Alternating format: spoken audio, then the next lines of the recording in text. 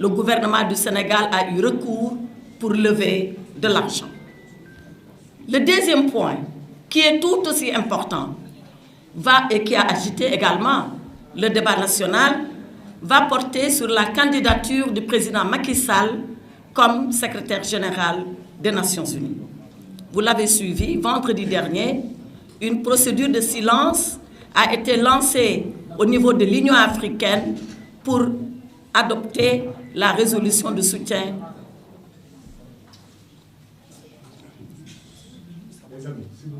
Savez, moi, je suis une avocate. Tant que vous parlez, je ne parlerai pas. Alors, je demande un peu de discipline. Merci.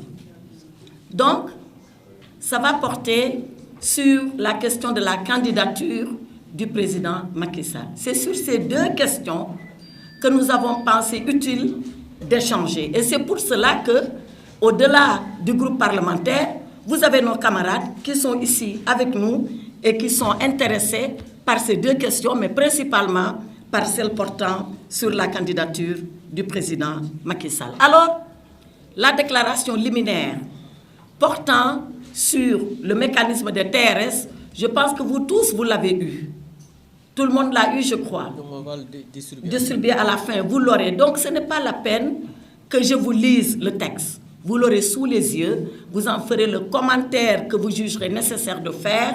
Moi, je vais juste vous donner les points saillants de ce qu'il y a dans cette déclaration liminaire pour permettre d'engager un débat que nous souhaitons franc et vraiment sincère entre vous et nous. Mais au préalable, permettez-moi de vous remercier d'être venu massivement répondre à notre invitation. Nous avions voulu tenir cette conférence de presse déjà vendredi, mais nous avons pensé qu'il était bon d'attendre aujourd'hui et que tout retombe. Nous ne voulons pas parler dans le vacarme. Nous voulons parler quand ça sera calme, aussi bien pour les TRS que sur la candidature du président Macky Sall. Alors, sur les TRS, qu'est-ce qui s'est passé?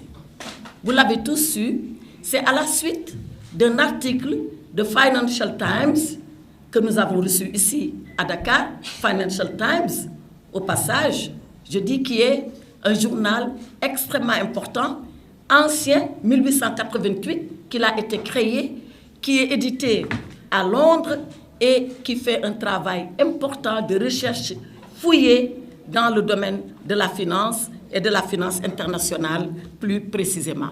Parce que j'ai entendu le ministre des Finances, dans sa conférence de presse, dire que peut-être que Financial Times n'est pas tellement au fait de ce qui se passe. Je pense qu'il convient de relever cela et de dire que c'est un journal absolument sérieux et crédible qui tire 720 000 exemplaires par jour. Vous êtes des journalistes. Quand quelqu'un tire 720 000 exemplaires par jour, ce n'est pas n'importe quel journal. Alors, qu'est-ce qu'il a dit, Financial Times? Il a dit que le gouvernement du Sénégal a fait recours à un mécanisme qu'on appelle les TRS. Les TRS, je viens de l'expliquer, c'est Total Return Swap. Total Return Swap, qui est un mécanisme auquel certains États ont recours, comme d'ailleurs certaines entreprises. Et c'est pour ça que, quand j'ai suivi le ministre des Finances lors de sa conférence de presse, expliquer que c'est très compliqué, dans un langage tellement ésotérique que personne n'a compris ce qu'il voulait expliquer, j'ai pensé qu'il était nécessaire de vous dire dans des termes très simples, c'est quoi TRS? Très, très simple. Les TRS, c'est quand une entreprise ou un État détient des titres ou des obligations, qui sont des titres de créance, et qui va demander sur le flux financier, c'est-à-dire sur ce que ces titres et ces obligations vont lui rapporter, qui va aller les échanger avec un partenaire. En l'occurrence, c'est la First Abu Dhabi Bank et c'est le AFC. Et quand on échange les revenus issus de ces titres et de ces obligations, il y a à la fois un revenu qu'on perd pour celui qui échange, ici l'État du Sénégal, mais il y a surtout un gros risque qu'on prend. Le revenu qu'on perd, c'est que quand on donne ces titres à échanger, on a perdu ce qu'on appelle une décote. Dans ce que le Sénégal a échangé avec First Abu Dhabi Bank et AFC, le Sénégal a perdu entre 30 et 40% de ce qui était escompté. Pourquoi? Parce que le Sénégal veut de l'argent cash et tout de suite. Et quand tu veux de l'argent cash et tout de suite, tu acceptes, je donne un exemple, sur 100 millions, tu ne prendras peut-être que 60 ou 70 millions. Les 30 millions, tu les as perdus. C'est la décote normale qu'on calcule. Donc le Sénégal, en recourant à cette opération, a perdu de l'argent parce qu'il est à la recherche de l'argent frais, argent liquide qu'il n'a pas. Mais ça, ce n'est pas le plus grave. Ça, c'est dans la nature courante de ce genre d'opération. Le plus grave, c'est le risque que le pays prend, qui est un risque double. Le premier risque que le pays prend, c'est que si tu recours à ce genre d'opération, si l'obligation monte dans sa valeur, et donc dans ses revenus, c'est First Abu Dhabi Bank, AFC qui prennent tout le bénéfice. Par contre, si l'obligation baisse dans son nominal et dans ses revenus, c'est le Sénégal qui va payer la différence entre ce qu'il a reçu et ce qui a baissé. Voilà donc le risque que le gouvernement du Sénégal prend. Le deuxième risque, c'est que s'il y a un défaut de paiement, c'est-à-dire si le Sénégal ne paye pas à échéance convenue entre les parties, alors on va lui rappeler la totalité de ses engagements qu'il doit payer maintenant. Est-ce qu'aujourd'hui, notre pays, vu l'état de ses finances publiques, est en situation de pouvoir faire face à ces deux risques? Voilà la question que les Sénégalais se posent et voilà pourquoi les Sénégalais sont inquiets de découvrir ce mécanisme et de se dire finalement où le gouvernement va nous mener avec ça. Maintenant, au-delà des termes techniques, ésotériques, il y a deux questions. La première, c'est que nos partenaires techniques et financiers, FMI, Banque mondiale, mais particulièrement FMI, avec qui nous sommes en train de négocier un programme, mais ils ont dit qu'ils n'ont pas été mis au courant de cet emprunt par ce mécanisme, qui est un mécanisme très risqué, qui peut compromettre la viabilité d'un éventuel programme qu'on négociera avec lui, le FMI. La deuxième chose, c'est qu'au niveau national, les Sénégalais se disent, mais où est-ce qu'on va aller avec ça? Est-ce que nous sommes en mesure de pouvoir faire face à cet engagement risqué? Et je vais vous dire à quel point ce mécanisme-là, il est décrié dans le monde. Vous connaissez tous le milliardaire Warren Buffett. Warren Buffett, c'est un milliardaire américain que tout le monde connaît, comme Bill Gates, comme d'autres milliardaires. Warren Buffett a dit, parlant des swaps, donc des TRS, que c'est une arme de destruction massive des finances publiques à effet létal. Effet létal, ça veut dire effet de mort. Lui, il considère que ce mécanisme-là, les États comme les entreprises doivent s'abstenir au maximum d'y faire recours. Et quand Warren Buffett parle, on peut considérer que c'est en connaissance de cause que Warren Buffett est en train de parler. Mais la question fondamentale, celle-là qui a fait que nous sommes là cet après-midi, ce n'est pas l'opacité de cette affaire. Parce que quand cette affaire se noue, le contrat n'est même pas publié. C'est-à-dire que le gouvernement du Sénégal va choisir son partenaire, il n'y a pas d'appel d'offres, il n'y a pas de publicité autour du contrat. Seules les deux parties contractantes savent quels sont les termes. Donc nous ne savons pas ce qui s'est passé entre eux et nous. Donc opacité totale de la procédure. La deuxième chose, comme je l'ai dit, c'est sa dangerosité pour nos finances publiques et pour le futur du Sénégal. Et d'où ces questions-là que tout le monde s'est posé. Tout homme doté de bon sens, et il y en a beaucoup au Sénégal, sinon même tous les Sénégalais le sont en train de se dire quelles sont les garanties que le gouvernement a données à ces deux-là, à First Abu Dhabi Bank et à AFC, pour pouvoir bénéficier de ce mécanisme. Vous avez même entendu qu'il était possible que cette garantie porte sur notre pétrole à venir. Vous l'avez entendu? Or, le pétrole du Sénégal, on ne peut pas le gager. On ne peut pas gager ses revenus. Il y a une loi de 2022 qui interdit, qui avait été votée par le président Macky Sall, qui interdit au gouvernement, à tout gouvernement, aussi bien le nôtre que celui-là, que les autres à venir, d'engager sur une garantie le pétrole du Sénégal. le pétrole comme le gaz d'ailleurs, les hydrocarbures du Sénégal. Donc, question fondamentale au gouvernement. La loi 2022-09 du 19 avril 2022. Voilà, vous avez les références de la loi. Cela est interdit. Donc, la question que les Sénégalais se posent est une question légitime.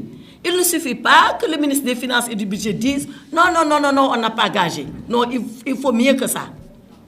Il faut mieux que ça. Il faut que, dans les termes du contrat auquel nous pouvons avoir accès, et sur les garanties, qu'ils puissent nous dire que cette garantie ne figure pas et qu'elle n'existe pas. Deuxième question que les Sénégalais se posent.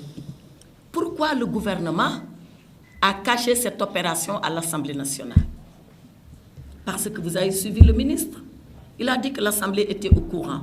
Je suis désolée, je parle devant mes collègues députés. Le ministre n'a jamais dit, ni par écrit, ni oralement, que nous allons faire recours à des TRS. Ou plutôt si, il a dit nous allons faire recours à des TRS. Mais vous savez quand est-ce qu'il l'a dit? Quand il a fini de faire l'opération. C'est quand il a fini, il a terminé, il a dit on va faire recours. Pourquoi on utilise le futur pour le passé? Première question que nous devons lui poser. Deuxième question, il dit oui, dans le budget, on a été autorisé. C'est vrai? J'ai ici tous les budgets. 2025, 2026, tout est là. Il y a une formule là, à la fin du budget, qui dit, pour l'année 2026, donc le budget en cours, le ministre chargé des Finances est autorisé à contracter des emprunts, à recevoir des dons au nom de l'État du Sénégal et à lever des ressources de trésorerie pour un montant de 6 000